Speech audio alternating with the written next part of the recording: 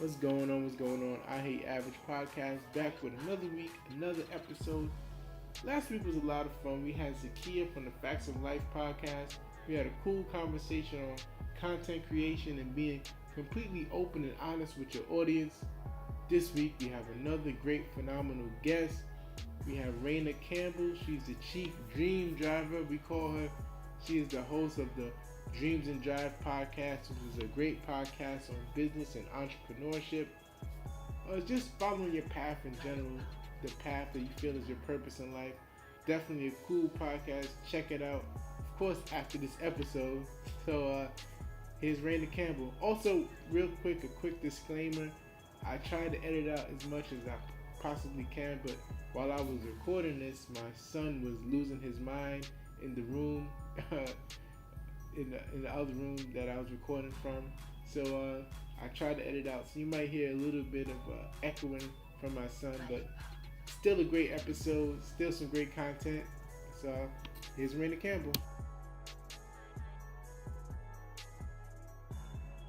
Special guest. We have the chief dream driver, Rana Campbell. Thank you so much for your time, Rana. How are you? I am good. Thank you, Jay, for having me on your show. I'm excited. No problem, no problem.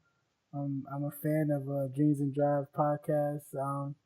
I'm really, really excited right now. But so what got you started with the Dreams and Drive podcast? So, I'll give you the Clip Notes story. So basically, I've been following college. I graduated from Princeton in 2013, and I kind of thought I would have this big media job, but the big media job never came, so I had to create my own opportunity. Yeah. So I started blogging. I was working in New York City. I started blogging and writing freelance for a site called madamnoir.com, and the business editor there, Tanya Garcia, I actually have never shouted her out before, but Tanya Garcia let me do I forgot who she told me she wanted me to interview. It was the owner of this beauty brand in New York City, and I interviewed her, and I just realized I love talking to entrepreneurs, and she really encouraged me to continue with that beat. And so for, my time with Madame Noir, I always did profiles on different entrepreneurs. I launched my own blog at that point too, and I had my own series on my blog, ranacampbell.com, called Brand Makers. And in August 2015, I had this conversation with one of my guests, and I was telling him how I wanted to get into podcasting because that was the new thing. Everybody had a podcast. And he was like, what's stopping you? And that moment really hit me because I was like, dang, like what is stopping me, right? And he was like, there's so many people out there who are not as talented as you, who, may not have your education, your background, and they're doing things. So what's stopping you? Make it happen. And that's when I got really serious about it. I put a date on it, January 1st, 2016. I would launch my own podcast. And here we are, over 100 episodes later. Wow, that's major. So, if you didn't have the podcast, do you think you would have continued creating content otherwise, or you just had the passion, you just wanted to stick with podcasting? Can you repeat that, because it broke up a little bit. I couldn't hear you. Sorry. So I'm saying, like, if you didn't have the podcast, do you think you would have been creating content by other means, or was your mind just set on doing an audio podcast? I mean, I think I would have had to transition out of the way I was doing interviews before. So before, I was simply just interviewing people, then transcribing them, and then typing up the interviews on my site. And I was getting tired of that. I wasn't consistent. I love talking to people, but I just felt like nobody was reading these really detailed interviews I was having with people.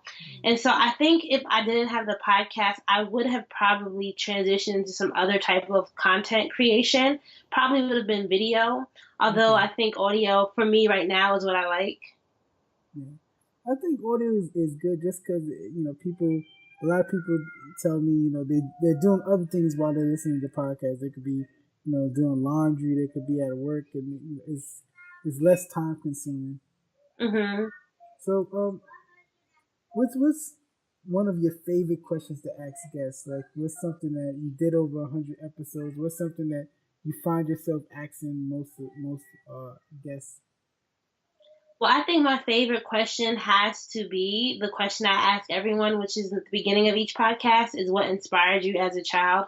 I think I have this whole fascination with going back in time and being nostalgic about things from your childhood memories. But I just really think it's interesting to know what people passions were, what was motivating them when they were young. Because I know for me, like I was a crazy kid. Like I was into so many different things, and just a lot of the things that I was into. It's interesting to see how those passions of mine have evolved into who I am today.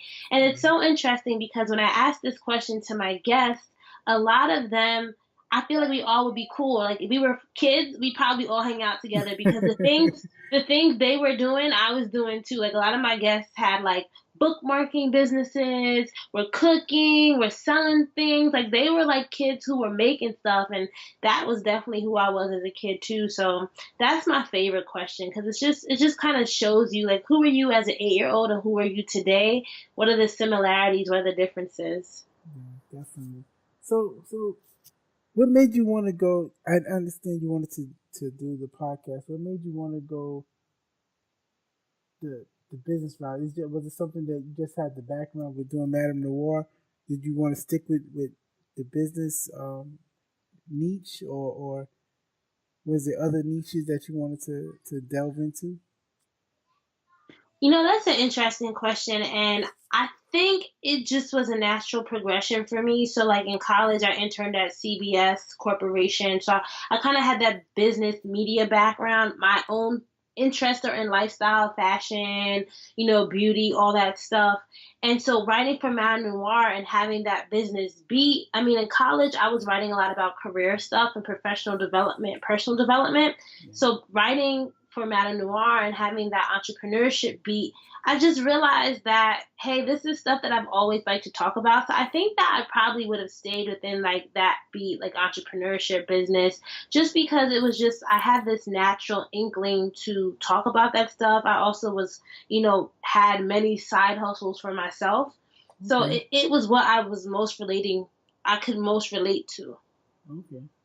So I guess this is my fair question. Can you talk about the name change when you decided to you went from the No Parking podcast to the Dreams and Drive podcast? Can you talk about that process? Wait, you've been listening for a long time. I think I changed it officially like when I got the Apple podcast feature. So that was like August of 2016. But yeah, for people who may not know, so when I first launched the podcast, it was called the No Parking Podcast. I don't even know how I used to use Dreams and Drive or whatever. And I had like in the beginning, I was stuck. Like I really liked the No Parking Podcast just because of the P's, and I thought the alliteration sounded cool. Yeah. And I felt like the whole idea of no parking was very, very, I don't know, I felt like I was like onto something. And I remember though, episode 6 guest Takita Holly, she was like, girl, like, what's your podcast? Is it No Parking? Is it Dreams and Drive? And from episode 6, she told me that I should change it to just Dreams and Drive, but I was stubborn. I'm like, no, no parking sounds so much better. But what I realized is I knew what no parking meant, but I felt like it didn't necessarily encapsulate what I wanted people to think of when they thought of the podcast. And I Okay. thought Dreams and Drive just probably made more sense. And so when I got the Apple Podcast feature, I had to make a decision like, what do I want people to know me and the podcast for? And I just officially switched the name to Dreams and Drive. And I think it made a lot of sense because all my social media handles were Dreams and Drive, but I was calling the podcast No Parking. So it was just confusing, and I Yeah. just was like, let me just not make it confusing anymore. Yeah. Plus, you have the cool moniker of being the chief dream driver. So it Yeah. definitely. And I didn't change. If anyone listens to my show, I still have the same intro that I've had from day one. And it introduces the show as a No Parking Podcast, but it's all right. Maybe one day I'll change it. Yeah. So what's something that like a let's say you had your mindset on an episode going a certain way, but when you actually started the conversation with the guest, things kind of went differently. Can you talk about a situation like that? Has that ever happened? Listen, that happens to me all the time just because I don't always plan out the shows that I like. I don't always plan out the themes on the show, but I think one that really hits me that I can think of right now is episode 86 with Sarah Vega. And I knew Sarah for a long time. We actually met at a blogger event about 3 years ago, and we stayed in touch.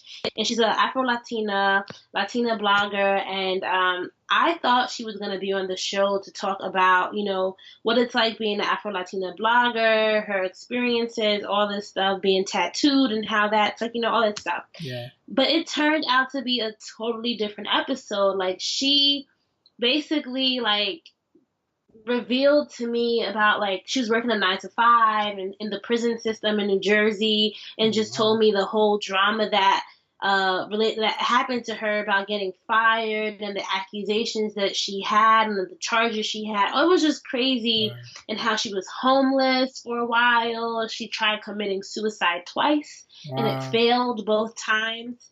And just this epiphany moment she had with her family and with God. And it was like one of those episodes. It's one of our top 5 episodes of the year. Okay. It just goes to show me you never know what someone's story is. Like, you really don't. Like, I thought I didn't really, like, me and Sarah were cool, but we weren't that cool at that point. So I didn't know all this personal stuff about her. But I would have never imagined, right? Like, all this stuff this person went through, and it just made me realize, like, everyone has a story, and you never know what someone's going through. And so that's really why I also realized that sometimes you can't always plan everything. And True. I would have never planned how that episode went. And I think Sarah told me later, she was like, yeah, I just felt like I wasn't going to talk about that, but I just felt like I need to talk about it. And it was just so natural and so genuine. Mm-hmm. And I think that's why people really related to that one.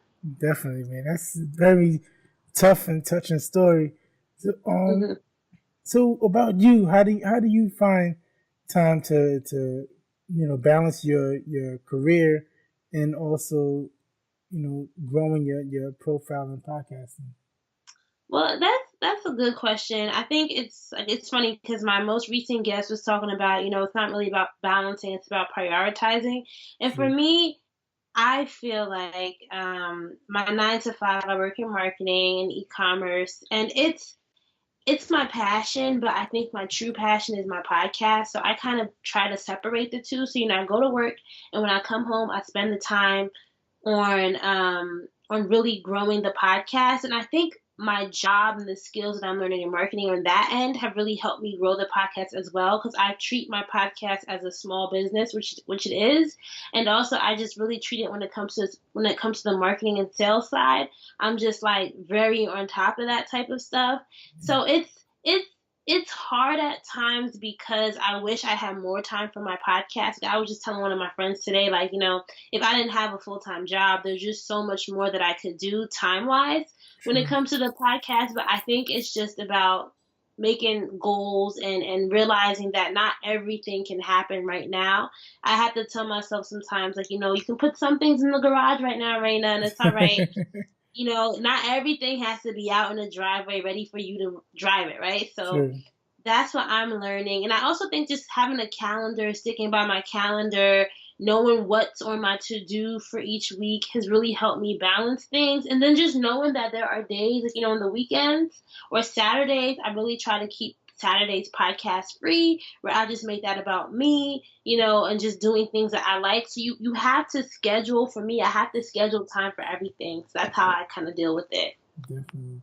So are you, I guess it's a personal question, are you like a type A personality where you kind of work better when things are kind of compartmentalized and like this is for this and that's for that?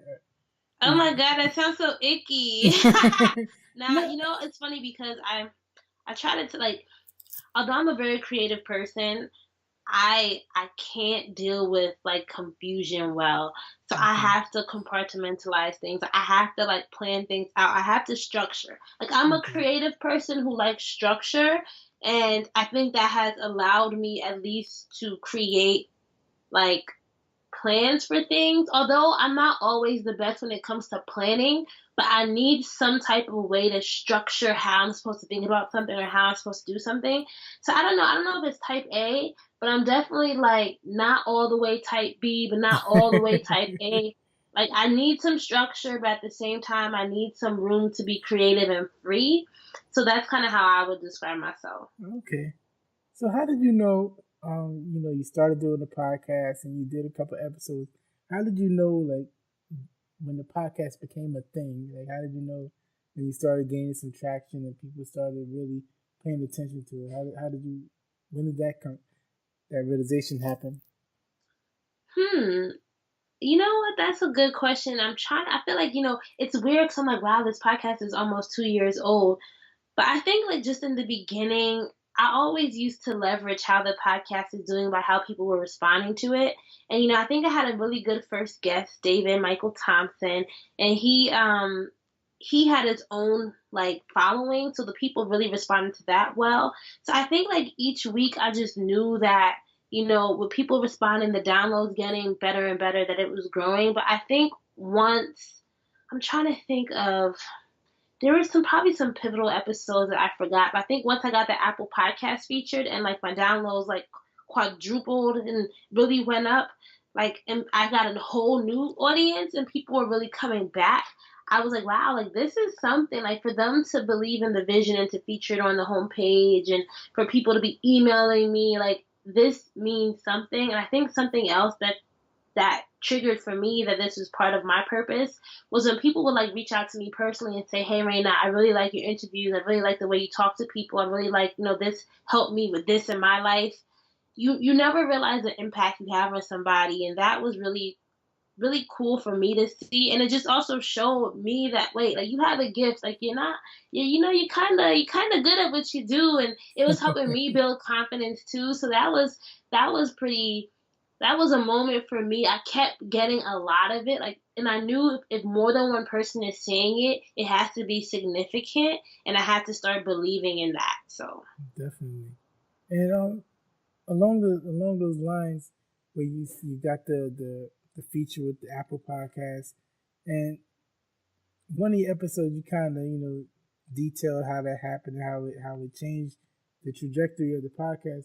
What makes you so open? What makes you want to so honest and you kind of tell what's in the sauce sometimes? Like what made you decide to be so open with your content? I just think that, like, what's the point of me keeping it a secret, right? At the end of the day, I think I forgot who said this. It's like you can't always be so scared to like put your ideas out there because number one, no one's execution is going to be like your execution, right? Like I could tell you how I got the podcast, but does that mean you're going to go out and do it the same way I did? Maybe not, right? And part of it is for the people who are listening to my shows, I really do care about the audience and I want to see them win. So it's like, I'm not going to sit here and not tell you how something happened just because I got to keep it to myself. Like, no, like how many times can Apple feature me, right? They're not going to feature me all the time, but if my advice can help you get featured, I want to see you win, right? So that's been one of my approach. I want to see people win. That's like, I genuinely like to see people put in their dreams and drive, and sharing a little excerpt of how it happened or how I was able to do it is good because there are people along my journey who have helped me out, and I want people to see me as somebody who isn't selfish with the knowledge. I mean, I'm not gonna tell you every single thing, right?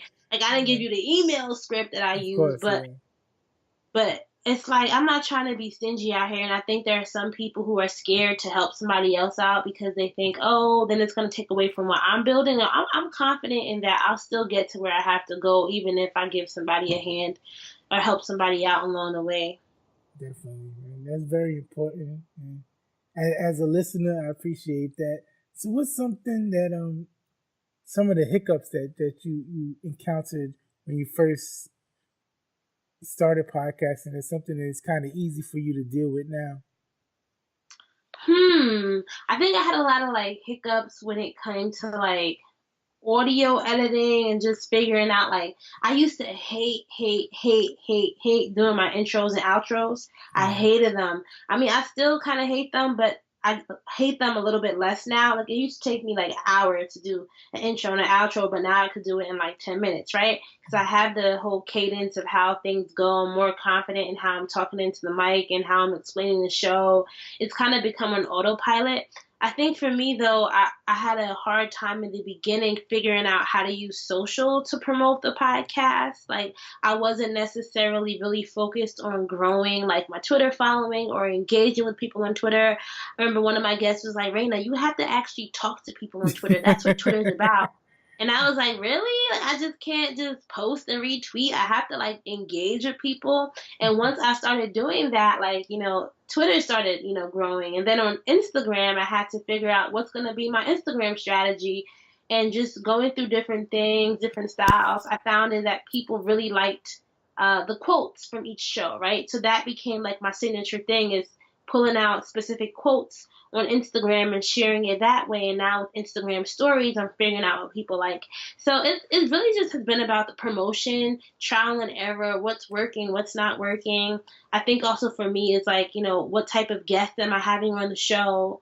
How do I figure out what people want to hear from guests? All that stuff. Yeah. Have you ever had an interview that you listened back to it and said you couldn't put it out? No, there has never been an interview that I done and I didn't put it out. There's a solo episode I just didn't do because I'm like, this is horrible. But for the most part, all my interviews, all the interviews I've ever done have been put up. I mean, there are some that maybe I wished I'd done them differently, but none that I haven't put up. Okay. So how do you deal with, or maybe, I don't know if it's outside or maybe it might be you being hard on yourself. How do you deal with criticism of your art? You know what? It's funny because, well, there are two ways that I get the criticism.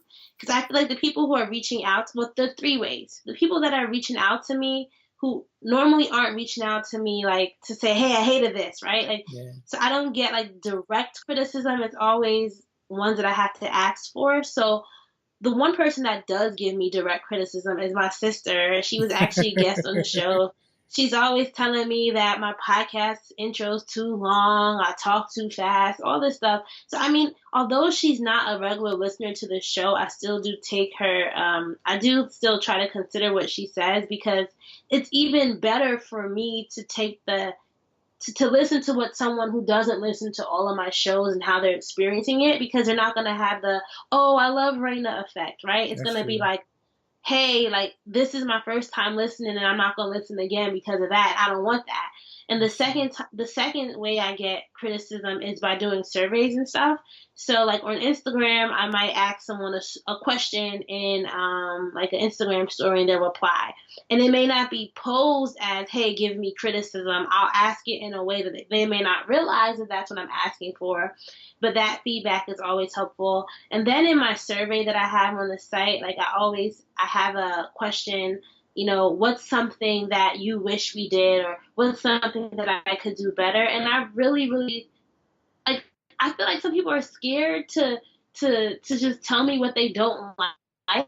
Yeah. So when they do, I really am I know, like, the one thing I tell people is, like, every other thing I did before, I wasn't consistent. I wasn't really trying to make it grow, but I really do want this to grow. So I know I need to listen to what people what people are saying they don't like. Because if I don't listen to it, then that's not going to help me grow. And that's my ultimate goal. So I have to just suck it up and say, all right, Rainy, you need to cut your intros. No one wants to listen to you ramble for 5 minutes. So that's something that I'm actively doing now.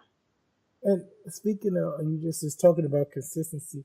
How did you do that? How did you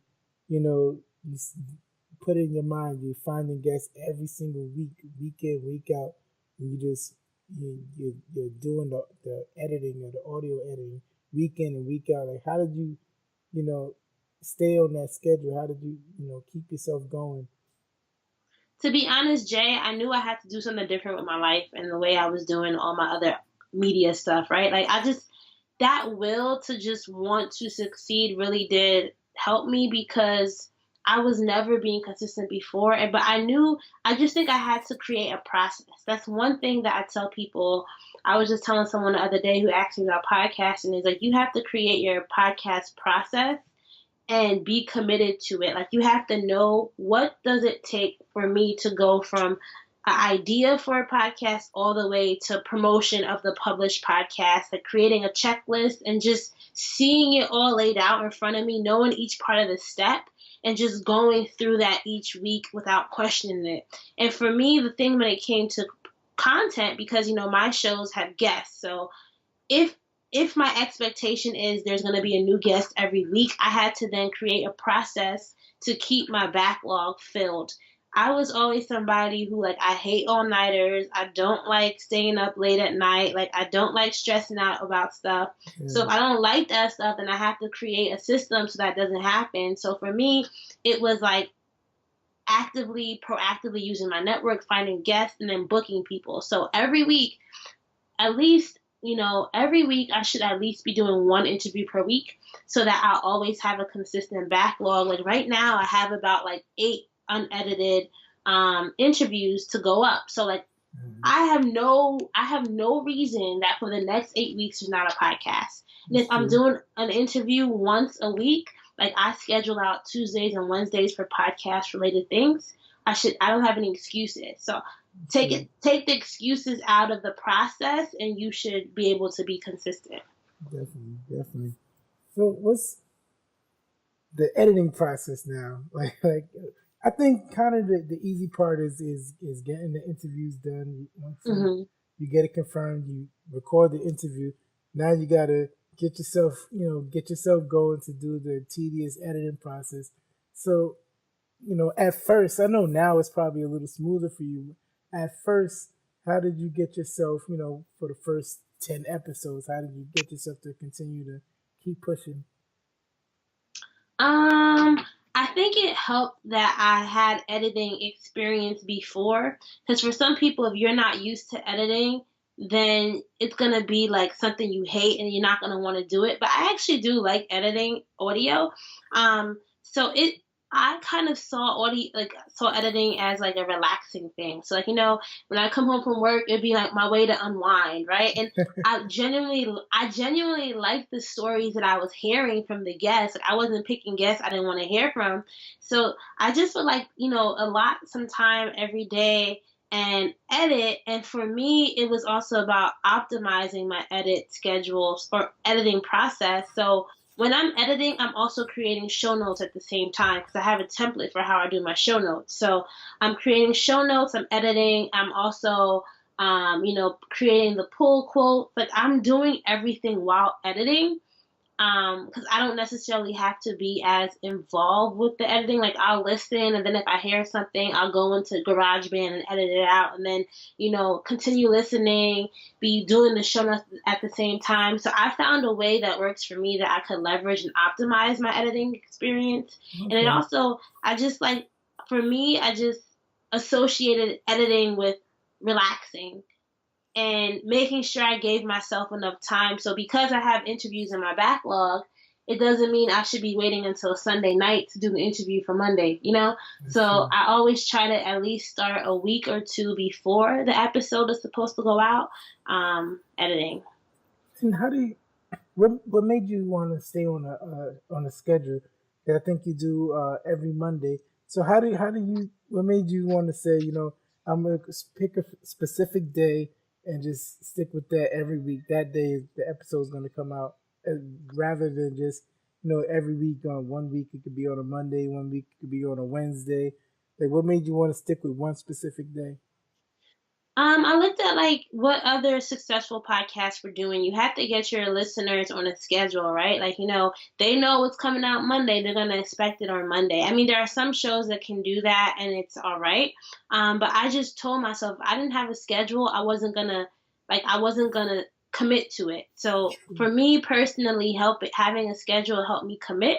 So, and And I saw, think about a TV show, your favorite TV show. Like I'm obsessed with Game of Thrones. It comes out on Sunday at, was it 9:00 p.m. Eastern or whatever? Yeah, yep. Like, how would I feel if Game of Thrones said, hey, we're going to come out on Wednesday and we're going to come out on Tuesday. We're not going to come out for 3 weeks. I would get mad and I wouldn't take Game of Thrones seriously.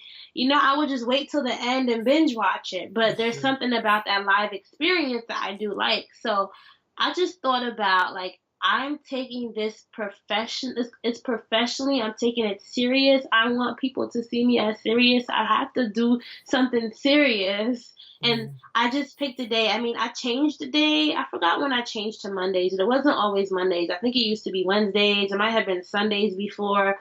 But even if you change it, just be consistent for the day that you're changing it to.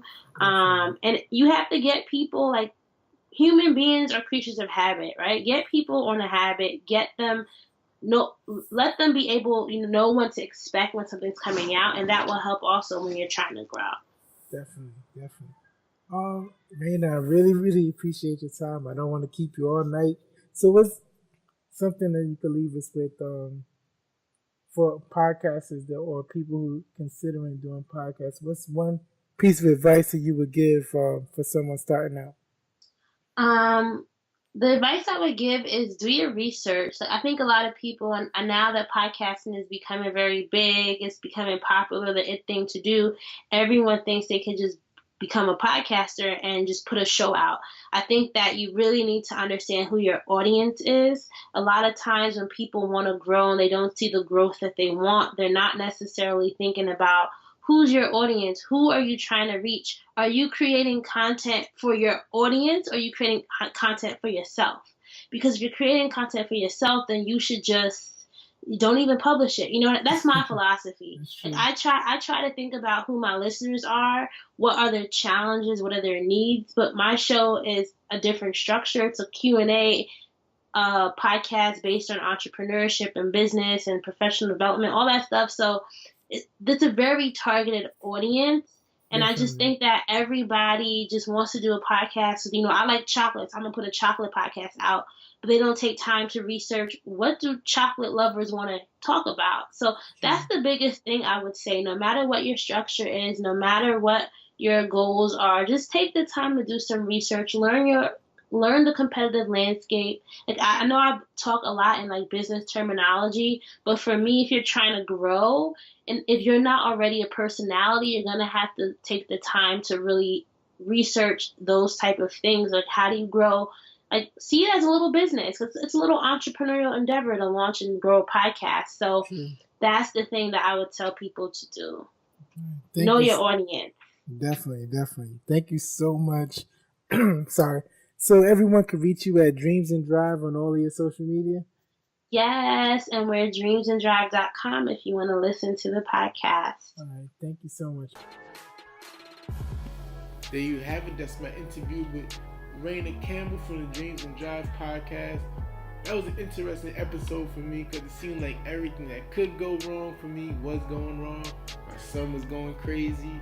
I kind of lost my voice towards the end, but cool conversation, great insight, great content. I hope we had some value for some people, especially those who are interested in getting into the podcasting space. So definitely you can hit her up at dreamsanddrives.com or check out her podcast. Also, hit us up. You could email me, show@averagej.com. Also, rate and review this podcast on Apple Podcasts. Rate and review. Continue to rate and review. Go on SoundCloud, subscribe. Check out our website, averagejay.com, averagej.com. And I'll talk to you guys next week. Bye.